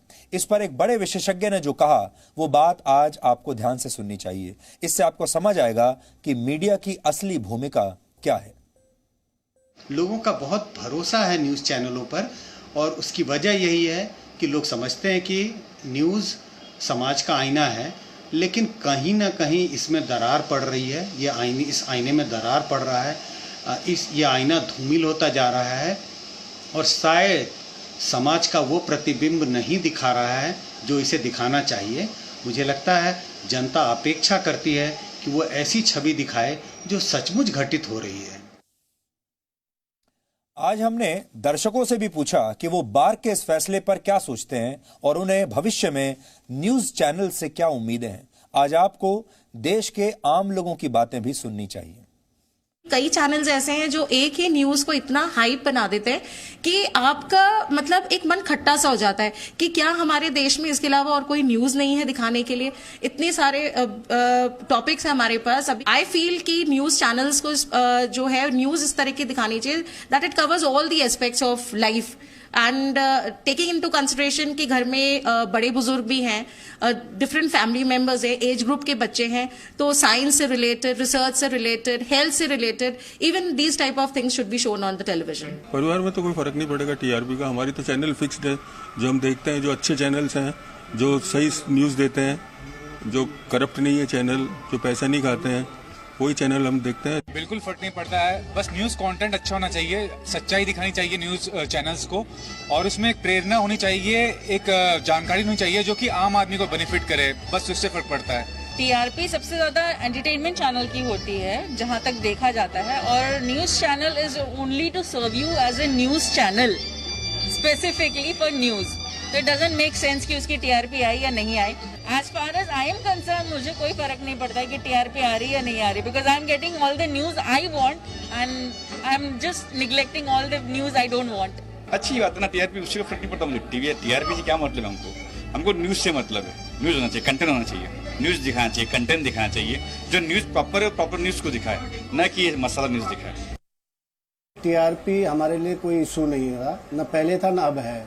वो आप न्यूज चैनलों के लिए अपना इशू हो सकता है टीआरपी। हमें तो यही है कि जो जिसमें भी हमें कुछ ऐसा हो जिसमें सच्चाई दिख रही हो या उसे कुछ सीखने को मिले। न्यूज चैनल क्या है बेसिकली, अगर घर में बच्चे हैं वो कोई चैनल देख रहे हैं तो चैनल तो कई तरह की न्यूज दिखाते हैं, लेकिन उनको बच्चों पे क्या उसका इम्प्रेस पड़ता है, किस तरह की न्यूज है, वो भी तो फर्क पड़ता है ना। हम लोग टीवी देखते हैं, हमें टीआरपी से कोई लेना देना नहीं होता इनसे कि टीआरपी क्या है, हमें तो इस बारे में जान के जब आजकल जो न्यूज़ चल रहा तो हमें टीआरपी के बारे में कुछ पता चला कि टीआरपी कुछ चीज़ है, तो हम तो न्यूज़ चैनल देखते हैं जो अच्छी न्यूज़ देता है। आम पब्लिक को तो सच्चे समाचार खबरें चाहिए, और दूसरा कि जो सब चैनल पर अलग अलग तरीके से बढ़ा चढ़ा के उकसाने वाली बातें हैं, ऐसी रीते जो समाचार दे रहे हैं वो गलत है। अगर समाचार खबरों के चैनल है तो उसको खबरें ही देनी चाहिए। एंटरटेनमेंट के लिए दूसरी और चैनल बहुत है कि टीआरपी तो सर क्या है कि न्यूज़ चैनल के लिए होगी, हमारे लिए तो क्या ओरिजिनल जो खबरें हमको दिखाए, ठीक है, हमसे उससे मतलब है। बाकी मिक्स मसाला करके वो सब हमको वो सब मतलब नहीं। TRP only for news channel के लिए वो सब होती है। हमारे लिए तो ओरिजिनल देश दुनिया की जो खबरें आती है हमें उससे मतलब रहता है। तो देश का आम दर्शक क्या कहता है आपने देख लिया, और मुझे पूरा यकीन है आपकी भी यही राय होगी। लेकिन दुर्भाग्य ये है कि इन सब लोगों का और आपकी राय का भी टीआरपी पर कोई प्रतिनिधित्व नहीं है। जो टीआरपी जो डिसाइड कर रहे हैं लोग, वो किसी और ही दुनिया के लोग हैं। अगले 84 दिनों तक सभी न्यूज चैनल्स के पास अब एक बहुत बड़ा अवसर है कि वो कैसी जानकारी अपने दर्शकों तक पहुंचाना चाहते हैं, उसमें सुधार कर सकें। किसी भी न्यूज चैनल का उद्देश्य आप तक जरूरी सूचनाएं पहुंचाना होना चाहिए, और इसका आधार मन मर्जी की खबरें नहीं बल्कि रिसर्च, तथ्यों और ग्राउंड रिपोर्टिंग पर आधारित होना चाहिए। और यही पत्रकारिता का सच्चा धर्म है। आप हमारी न्यूज़ देखकर आपके परिवार को क्या फ़ायदा हो सकता है, आपके परिवार में जो आपके बच्चे हैं उन्हें क्या फ़ायदा हो सकता है, क्या हम आपके परिवार में जो छात्र हैं उन्हें स्कॉलरशिप दिलवा सकते हैं, आपके परिवार में जो युवा हैं क्या वो न्यूज़ देखकर रोज़गार पा सकते हैं, क्या आपके परिवार में जो महिलाएं हैं हम उनके जीवन में कोई मदद कर सकते हैं, आपके परिवार में जो बाकी सदस्य हैं जो आपके बुजुर्ग हैं क्या हम उनके जीवन में कोई बदलाव ला सकते हैं, क्या हम आपके पूरे परिवार को इकट्ठा कर सकते हैं, एकजुट कर सकते हैं और ऐसा कुछ बना सकते हैं कि आप पूरा परिवार एक साथ बैठकर न्यूज़ देख सकें। अगर आप भी चाहते हैं कि हम अपने आप में कुछ बदलाव करें तो आप हमें इस बारे में इस ईमेल एड्रेस पर लिख सकते हैं। हमने पहले भी आपको बताया था, आप फिर से नोट कर लीजिए अगर पहले छूट गया हो तो। इस ईमेल एड्रेस पर आप हमें लिखिए। इसके अलावा आप हमें ट्विटर पर या फेसबुक पर भी राय दे सकते हैं। आप सब हमारा ट्विटर एड्रेस जानते हैं, फेसबुक पर हमारा एड्रेस आप अच्छी तरह से जानते हैं, और हमारी कोशिश रहेगी कि हम आने वाले दिनों में भी बदलाव करके आपको सिर्फ सकारात्मक सूचनाएं ही देते रहें और सही खबरें ही आप तक पहुंचाएं। अब एक ऐसी खबर जिसमें टीआरपी बिल्कुल जीरो रहेगी। जीवन में वही व्यक्ति सफल होता है जो अपनी असफलता से सीखता है, और इसका सबसे अच्छा उदाहरण पेश किया था भारत के पूर्व राष्ट्रपति एपीजे अब्दुल कलाम ने। आज एपीजे अब्दुल कलाम का 89वां जन्मदिन है। वो कोई फिल्म स्टार नहीं है, ना ही क्रिकेटर हैं, फिर भी आपको उनकी कहानी देखनी चाहिए। आज वो हमारे बीच नहीं है, लेकिन उनकी कहानी हमें यह बताती है कि जीवन अपार संभावनाओं का नाम है। डॉक्टर कलाम बचपन में अपने परिवार का खर्च उठाने के लिए अखबार बेचा करते थे, और एक दिन वो भारत के राष्ट्रपति बन गए। इस दौरान उन्होंने विज्ञान की दुनिया में भी भारत का नाम रोशन किया, और एक सच्चे राष्ट्रभक्त के तौर पर उन्होंने सैन्य शक्ति के मामले में भारत को एक मजबूत राष्ट्र में बदल दिया। इसलिए आज हम कलाम साहब के जीवन के अलग अलग पहलुओं को समझने की कोशिश करेंगे और आपको बताएंगे कि भारत के 20 करोड़ मुसलमान और भारत के युवा उनके जीवन से क्या सीख सकते हैं। इस्लाम और विज्ञान मिलकर कैसे कलाम बन सकता है। डॉक्टर अब्दुल कलाम कहते थे, अगर आप असफल भी हो जाएं तो आपको उम्मीद नहीं छोड़नी चाहिए, क्योंकि उनकी नजर में अंग्रेजी के शब्द फेल का अर्थ असफलता नहीं था। अब आप सोचिए, अंग्रेजी का एक शब्द है फेल, FAIL, बल्कि वो इसका अर्थ जो निकालते थे वो था फर्स्ट अटेम्प्ट इन लर्निंग, यानी असफलता सीखने की दिशा में पहला प्रयास, उसका मतलब है फेल। और सफलता को लेकर वो कहते थे कि अपनी पहली सफलता पर जश्न मनाने की जरूरत नहीं, और इसके बाद आपको आराम से बैठे नहीं रहना चाहिए, क्योंकि अगर आप अपने दूसरे प्रयास में असफल हो गए तो लोग कहेंगे कि आपको जो पहली सफलता मिली थी वो सिर्फ किस्मत की वजह से मिली थी। सफलता और असफलता पर कलाम साहब द्वारा कही गई यही दो बातें हमारे आज के विश्लेषण का आधार हैं। डॉक्टर एपीजे अब्दुल कलाम का जन्म 15 अक्टूबर 1931 को रामेश्वरम के एक मुस्लिम परिवार में हुआ था। डॉक्टर कलाम बचपन से ही हवाई जहाज उड़ाना चाहते थे। जब वो 5वीं कक्षा में थे तब आसमान में उड़ती हुई चिड़िया देखकर उन्होंने अपने शिक्षक सुब्रमण्यम अय्यर से एक सवाल पूछा था कि ये चिड़िया आसमान में कैसे उड़ती हैं। उनकी यही जिज्ञासा कुछ वर्षों के बाद उन्हें देहरादून ले आई, जहां उन्हें भारतीय वायुसेना का पायलट बनने के लिए एक इंटरव्यू देना था, क्योंकि वो इंडियन एयरफोर्स में पायलट बनना चाहते थे। 25 उम्मीदवारों में उन्होंने 9वां स्थान हासिल किया, लेकिन उस समय जो पद थे, पोस्ट यानी वैकेंसी जो थी, वो सिर्फ 8 थी। 8 लोगों की जरूरत थी और कलाम साहब का जो नंबर था वो था 9वां। यानी कलाम साहब पायलट बनने के अपने प्रयास में जरा से चूक गए और असफल हो गए, लेकिन उनका हौसला टूटा नहीं। वो आगे बढ़ते रहे। वो न सिर्फ भारत के सबसे महान वैज्ञानिकों में शामिल हुए, बल्कि देश के राष्ट्रपति भी बने। ऐसे राष्ट्रपति जिन्हें भारत ही नहीं बल्कि दुनिया भर के लोग प्यार करते थे। या आपको यह समझना चाहिए कि अगर डॉक्टर कलाम अपने पहले ही प्रयास में पायलट बन गए होते तो देश को एक महान वैज्ञानिक नहीं मिलता और एक महान राष्ट्रपति भी इस देश को नहीं मिलता। कलाम एक सच्चे मुसलमान थे, लेकिन उन्होंने अपनी राष्ट्रभक्ति से हर बार यह साबित किया कि देश के किसी भी नागरिक के लिए मातृभूमि से बढ़कर कुछ नहीं होना चाहिए, चाहे उसका धर्म कुछ भी हो। आज हमारे देश के उन करोड़ों मुसलमानों को डॉक्टर कलाम से सबक लेना चाहिए जो देश में रहते हुए भी खुद को देश का हिस्सा नहीं मानते। ऐसे लोगों को कलाम साहब के रास्ते पर चलने की कोशिश करनी चाहिए, जो इस देश में 2 कानून और 2 संविधान के पक्ष में रहते हैं। जो लोग मदरसों में पढ़ाई को अपना हक मानते हैं, उन्हें भी डॉक्टर कलाम के जीवन से सबक लेना चाहिए। डॉक्टर कलाम किसी मदरसे में नहीं पढ़े, लेकिन हमें यकीन है कि अगर वो ऐसा करते भी तो भी वो अपने लक्ष्य से कभी भटकते नहीं, क्योंकि बुराई मदरसों में नहीं है, बुराई देश को अपना देश न समझने वाली सोच में है। जो लोग आज नागरिकता कानून का विरोध करते हैं, उन्हें समझना चाहिए कि कैसे एक मुसलमान देशभक्त अपने व्यक्तित्व के दम पर देश का पहला नागरिक यानी राष्ट्रपति बन गया। यानी नागरिकता का भाव कानून से नहीं, कर्म से आता है। भारत के जिन मुट्ठी भर मुसलमानों को हर चीज से समस्या लगती है, उन्हें कलाम साहब के जीवन से ये सीखना चाहिए कि आपके आसपास का माहौल कैसा भी हो, आपको अपने सपनों से समझौता नहीं करना चाहिए और तमाम दबाव के बावजूद हमेशा बड़े सपने देखने चाहिए। और एक सच्चा मुसलमान वो होता है जो अच्छा नागरिक बनता है, जो अपनी मातृभूमि से प्यार करता है, जो अपने देश से प्यार करता है। डॉक्टर कलाम सच्चे मुसलमान थे, लेकिन वो राष्ट्रभक्ति की राह पर चलते हुए देश के राष्ट्रपति बने। देश के मुसलमान चाहें तो कलाम साहब से ये सीख सकते हैं कि एक मुसलमान को अच्छा नागरिक भी होना चाहिए। यही बात कुरान में भी लिखी है और हमें लगता है कि मुसलमानों को ही नहीं, हर धर्म के लोगों को ये बात सीखनी चाहिए। डॉक्टर कलाम राष्ट्रवादी थे। पहले उन्होंने एक वैज्ञानिक की तरह देश की सेवा की, देश की सेनाओं को ताकतवर बनाने वाली मिसाइलों का निर्माण किया और राष्ट्रपति बनने के बाद भी उनके लिए देश ही सबसे ऊपर रहा। आप कह सकते हैं कलाम का असली अर्थ है विज्ञान प्लस इस्लाम, यानी विज्ञान और इस्लाम एक साथ अगर चलें तो वो कलाम बनते हैं। आप चाहें तो कलाम साहब और उनके जीवन को सेकुलरिज्म की आदर्श परिभाषा मान सकते हैं। वो खुद एक मुसलमान थे, उन्होंने ईसाई स्कूल से पढ़ाई की और भारत की परंपराओं को पूरी तरह से अपनाया। वो भगवत गीता भी पढ़ते थे और वीणा भी बजाते थे। उन्होंने कभी भी भारत की परंपराओं को हिंदू और मुसलमानों में बांटने की कोशिश नहीं की। अब आपको बताते हैं कि देश के युवा डॉक्टर कलाम से क्या सीख सकते हैं। डॉक्टर कलाम एक मशहूर वैज्ञानिक थे, बाद में राष्ट्रपति बने, लेकिन इन पदों पर रहने के बावजूद उनकी सादगी पर कोई असर नहीं पड़ा। डॉक्टर कलाम जीवन भर एक आम इंसान बने रहे। आजकल के युवा उनसे ये जरूर सीख सकते हैं कि जीवन भर अपनी सफलताओं के बावजूद आम इंसान बने रहना चाहिए। डॉक्टर कलाम ने कहा था, सपने वो होते हैं जो आपको सोने ना दें। बड़े बड़े सपने देखने वाले भारत के युवाओं के लिए एक बड़ी सीख है, क्योंकि देश के ज्यादातर युवा अपने सपनों को पूरा करने से पहले ही हार मान लेते हैं, यानी किसी छोटी सी मुश्किल का भी मुकाबला नहीं कर पाते। उनकी एक और बड़ी बात है जीवन भर सीखते रहना।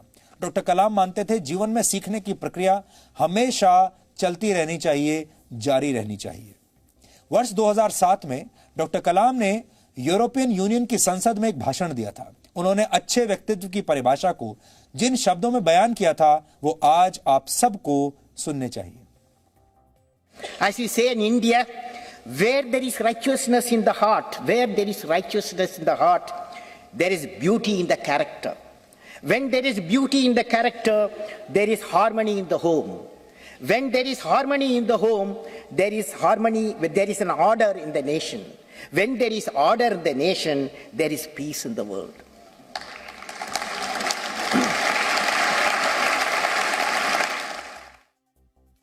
तो आज हमें लगा कि डॉक्टर कलाम की कहानी कम शब्दों में हम आपको बताएं ताकि आप उनसे प्रेरणा ले सकें। अब आज का सवाल, आज आपको यह बताना है कि विश्व प्रसिद्ध उपन्यास द गॉडफादर की रचना किस लेखक ने की थी। आप रिसर्च कीजिए और ब्रेक के बाद हम आपको इस सवाल का सही जवाब बताएंगे।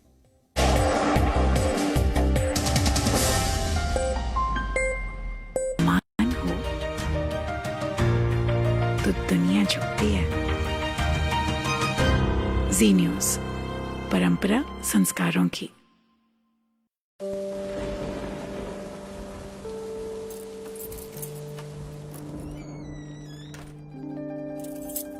ये मेरे पापा हैं। हो सकता है ये कुछ बातें भूल जाते हैं, लेकिन मुझसे जुड़ी हर यादें मन की परतों में ठीक वैसे ही सजा रखी हैं जैसे इस अलमारी में कपड़ों की तह। उनके संघर्ष की धूप ने मुझे लक्ष्य पाने की सीख दी है और उनकी सांवली छाया ने माँ के संस्कार।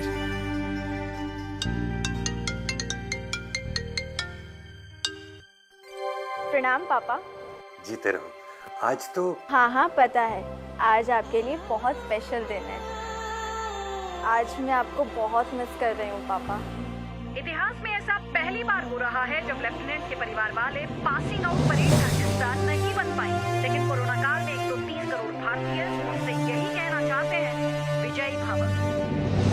पापा कहते हैं कि संभव की सीमा जानने के लिए असंभव से आगे निकलना पड़ता है, और योद्धा वही है जिसके मन में गौरवशाली परंपराओं के लिए सम्मान हो और जिसके कंधों पर अपने देश का अभिमान हो। Ladies and gentleman, lieutenant Anjali Kumar. Zee News, परंपरा संस्कारों की। सपने एक स्पर्श से जगते हैं। कहते हैं ना, पहला कदम ही सफलता की सीढ़ी बनता है। Yes, I know. How can I forget that? अरे दिव्या, कितना टाइम लगेगा यार? मम्मा, मेरा होमवर्क। अरे बहू, पूजा की थाली। परिवार की आशाएं बेड़ियां बनेंगी या पंख, चुनना आपको है। समय की धड़कन नहीं बदलती, समय के साथ हम बदलते हैं।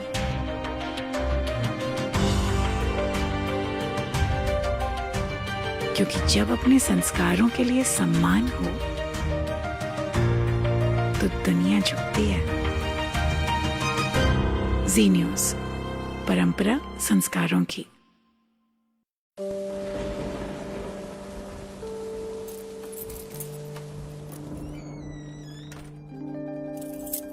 ये मेरे पापा हैं। हो सकता है ये कुछ बातें भूल जाते हैं, लेकिन मुझसे जुड़ी हर यादें मन की परतों में ठीक वैसे ही सजा रखी हैं जैसे इस अलमारी में कपड़ों की तह। उनके संघर्ष की धूप ने मुझे लक्ष्य पाने की सीख दी है और उनकी सांवली छाया ने माँ के संस्कार।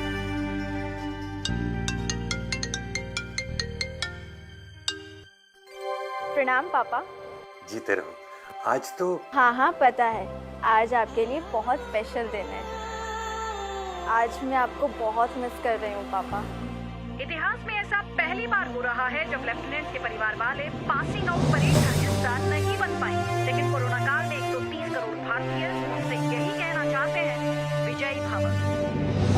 पापा कहते हैं कि संभव की सीमा जानने के लिए असंभव से आगे निकलना पड़ता है, और योद्धा वही है जिसके मन में गौरवशाली परंपराओं के लिए सम्मान हो और जिसके कंधों पर अपने देश का अभिमान हो। Ladies and gentleman, lieutenant Anjali Kumar. Zee News, परंपरा संस्कारों की। सपने एक स्पर्श से जगते हैं। कहते हैं ना, पहला कदम ही सफलता की सीढ़ी बनता है। Yes, yes, yes, I know, I know. How can I forget that? अरे दिव्या, कितना टाइम लगेगा यार? मम्मा मेरा अरे बहू, पूजा की थाली। परिवार की आशाएं बेड़ियां बनेंगी या पंख, चुनना आपको है। समय की धड़कन नहीं बदलती, समय के साथ हम बदलते हैं।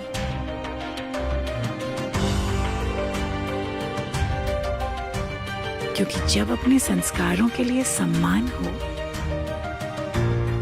तो दुनिया झुकती है। जी न्यूज़, परंपरा संस्कारों की।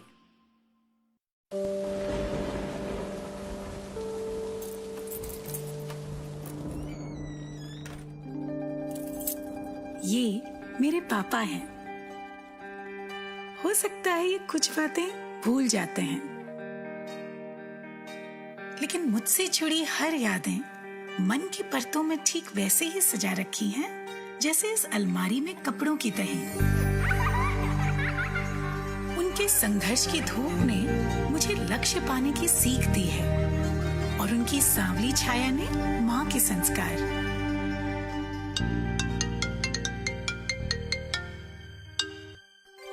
प्रणाम पापा। जीते रहो। आज तो हाँ पता है, आज आपके लिए बहुत स्पेशल दिन है। आज मैं आपको बहुत मिस कर रही हूँ पापा। इतिहास में ऐसा पहली बार हो रहा है जब लेफ्टिनेंट के परिवार वाले पासिंग आउट परेड का हिस्सा नहीं बन पाए, लेकिन कोरोना काल में 130 करोड़ भारतीय उनसे यही कहना चाहते हैं, विजयी भव। पापा कहते हैं कि संभव की सीमा जानने के लिए असंभव से आगे निकलना पड़ता है, और योद्धा वही है जिसके मन में गौरवशाली परंपराओं के लिए सम्मान हो और जिसके कंधों पर अपने देश का अभिमान हो। Ladies and gentleman, lieutenant Anjali Kumar. Zee News, परंपरा संस्कारों की। सपने एक स्पर्श से जगते हैं। कहते हैं ना, पहला कदम ही सफलता की सीढ़ी बनता है। Yes, yes, yes, I know, I know. How can I forget that? अरे दिव्या, कितना टाइम लगेगा यार? मम्मा मेरा अरे बहू, पूजा की थाली। परिवार की आशाएं बेड़ियां बनेंगी या पंख, चुनना आपको है। समय की धड़कन नहीं बदलती, समय के साथ हम बदलते हैं।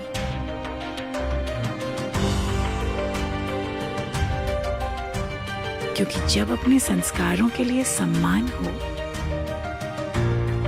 तो दुनिया झुकती है। जी न्यूज़, परंपरा संस्कारों की।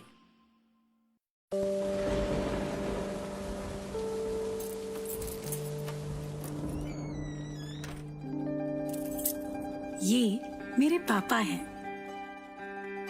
हो सकता है ये कुछ बातें भूल जाते हैं, लेकिन मुझसे जुड़ी हर यादें मन की परतों में ठीक वैसे ही सजा रखी हैं जैसे इस अलमारी में कपड़ों की तरह। उनके संघर्ष की धूप ने मुझे लक्ष्य पाने की सीख दी है और उनकी सांवली छाया ने माँ के संस्कार।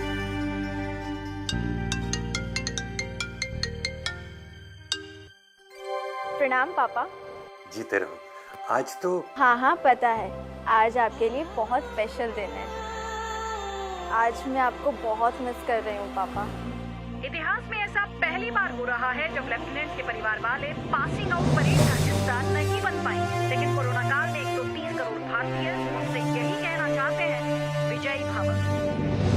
पापा कहते हैं कि संभव की सीमा जानने के लिए असंभव से आगे निकलना पड़ता है, और योद्धा वही है जिसके मन में गौरवशाली परंपराओं के लिए सम्मान हो और जिसके कंधों पर अपने देश का अभिमान हो। Ladies and gentlemen, Lieutenant Anjali Kumar. Ji News, परंपरा संस्कारों की। सपने एक स्पर्श से जगते हैं। कहते हैं ना, पहला कदम ही सफलता की सीढ़ी बनता है। Yes, yes, yes. I know. How can I forget that? अरे दिव्या, कितना टाइम लगेगा यार? मम्मा मेरा होमवर्क। अरे बहू, पूजा की थाली। परिवार की आशाएं बेड़ियां बनेंगी या पंख, चुनना आपको है। समय की धड़कन नहीं बदलती, समय के साथ हम बदलते हैं।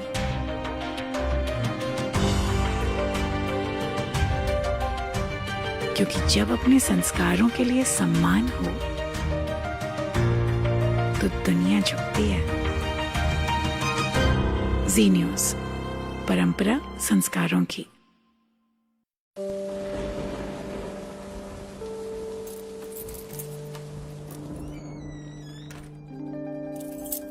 ये मेरे पापा हैं। हो सकता है ये कुछ बातें भूल जाते हैं, लेकिन मुझसे जुड़ी हर यादें मन की परतों में ठीक वैसे ही सजा रखी हैं जैसे इस अलमारी में कपड़ों की तहें। उनके संघर्ष की धूप ने मुझे लक्ष्य पाने की सीख दी है और उनकी सांवली छाया ने माँ के संस्कार।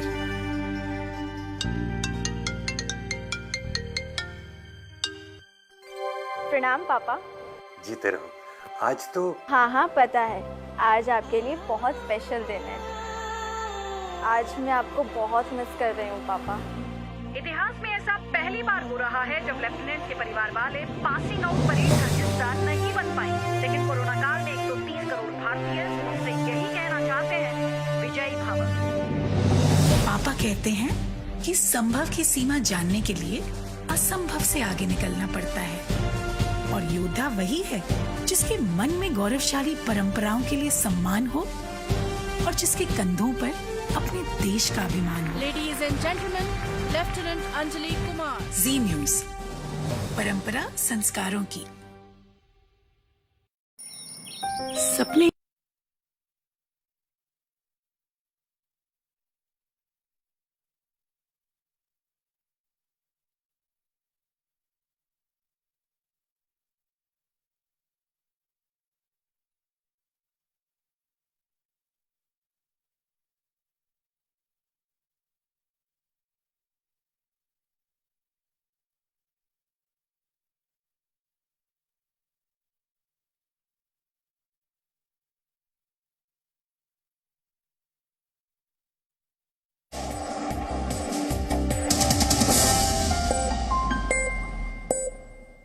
और अब देखते हैं कि आज के इतिहास में क्या लिखा है। वर्ष 1961 में आज ही के दिन हिंदी के मशहूर कवि और लेखक सूर्यकांत त्रिपाठी निराला का निधन इलाहाबाद में हुआ था। उनकी गिनती हिंदी साहित्य के सबसे बड़े कवियों में होती है। जयशंकर प्रसाद, महादेवी वर्मा और सुमित्रा नंदन पंत जैसे कवियों के साथ उन्होंने हिंदी साहित्य में छायावाद की शुरुआत की थी।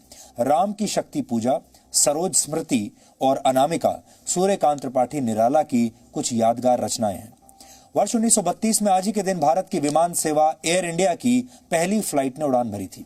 उस दौर में इस विमान सेवा को टाटा एयरलाइंस के नाम से जाना जाता था। आजादी से पहले ये पहली उड़ान कराची से मुंबई के बीच भरी गई थी। JRD टाटा इस पहली फ्लाइट के पायलट थे और तब उन्होंने एक सिंगल इंजन वाले डी हैविलैंड पस मॉथ एयरक्राफ्ट से ये उड़ान भरी थी। हालांकि इस फ्लाइट में पैसेंजर्स नहीं थे, बल्कि 25 किलोग्राम चिट्ठियां थी। शुरुआती समय में सिर्फ एक पायलट, एक पार्ट टाइम इंजीनियर और 2 अन्य सहयोगियों के साथ शुरू हुई इस एयरलाइन का नाम दूसरे विश्व युद्ध के बाद एयर इंडिया रखा गया। वर्ष 1920 में आज ही के दिन अमेरिकी लेखक और स्क्रीन राइटर मैरियो पूजो का जन्म अमेरिका में हुआ था। उन्हें खास तौर पर माफिया और अंडरवर्ल्ड पर आधारित उपन्यासों के लिए याद किया जाता है। विश्व प्रसिद्ध उपन्यास द गॉडफादर उनकी लिखी हुई क्लासिक रचना है, जिसके आधार पर हॉलीवुड में द गॉडफादर नामक फिल्म सीरीज बनाई गई थी। आज ग्लोबल हैंड वॉशिंग डे है। इस दिन को मनाए जाने का उद्देश्य लोगों को साबुन से हाथ धोने के लिए जागरूक करना है। कोरोना वायरस से बचाव के लिए आपको अपने हाथों को साबुन से कम 60 सेकंड तक जरूर धोना चाहिए। साबुन से हाथ धोना इस वायरस से बचने का सबसे अच्छा तरीका है। आपको जानकर हैरानी होगी कि भारत में 30% लोग खाना बनाने से पहले और 38% लोग खाना खाने से पहले साबुन से हाथ नहीं धोते। आज आप डीएनए देखते हुए ये प्रण ले सकते हैं कि खुद को बीमारियों से दूर रखने के लिए अपने हाथों की स्वच्छता का पूरा ध्यान रखेंगे और कुछ भी खाने से पहले हाथ जरूर धोएंगे। और वर्ष 1931 में आज ही के दिन भारत के पूर्व राष्ट्रपति भारत रत्न डॉक्टर एपीजे अब्दुल कलाम का जन्म तमिलनाडु के रामेश्वरम में हुआ था। उन्हें भारत के अंतरिक्ष कार्यक्रम और मिसाइल प्रोग्राम में अपने अहम योगदान के लिए याद किया जाता है। डॉक्टर कलाम ने भारत को रक्षा के क्षेत्र में आत्मनिर्भर बनाने के लिए integrated guided missile development programme की शुरुआत की थी, जिसके तहत त्रिशूल, पृथ्वी, आकाश, नाग और अग्नि जैसी मिसाइल्स विकसित हुई। इसलिए पूरा देश डॉक्टर कलाम को मिसाइल मैन के नाम से भी जानता है। खास बात यह है कि डॉक्टर कलाम ने एक कार्डियोलॉजिस्ट डॉक्टर सोमा राजू के साथ मिलकर एक लो कॉस्ट कोरोनरी स्टेंट भी बनाया था। इस स्टेंट का नाम उन्होंने कलाम राजू स्टेंट रखा था और हृदय रोग के मरीजों को इसकी वजह से सस्ते इलाज की सुविधा मिली थी। वर्ष 1981 में उन्हें पद्म भूषण, 1990 में पद्म विभूषण और फिर वर्ष 1997 में भारत के सर्वोच्च नागरिक सम्मान भारत रत्न से सम्मानित किया गया था। और यह बताने की जरूरत नहीं कि वो भारत के राष्ट्रपति भी रहे। तो डीएनए में आज इतना ही।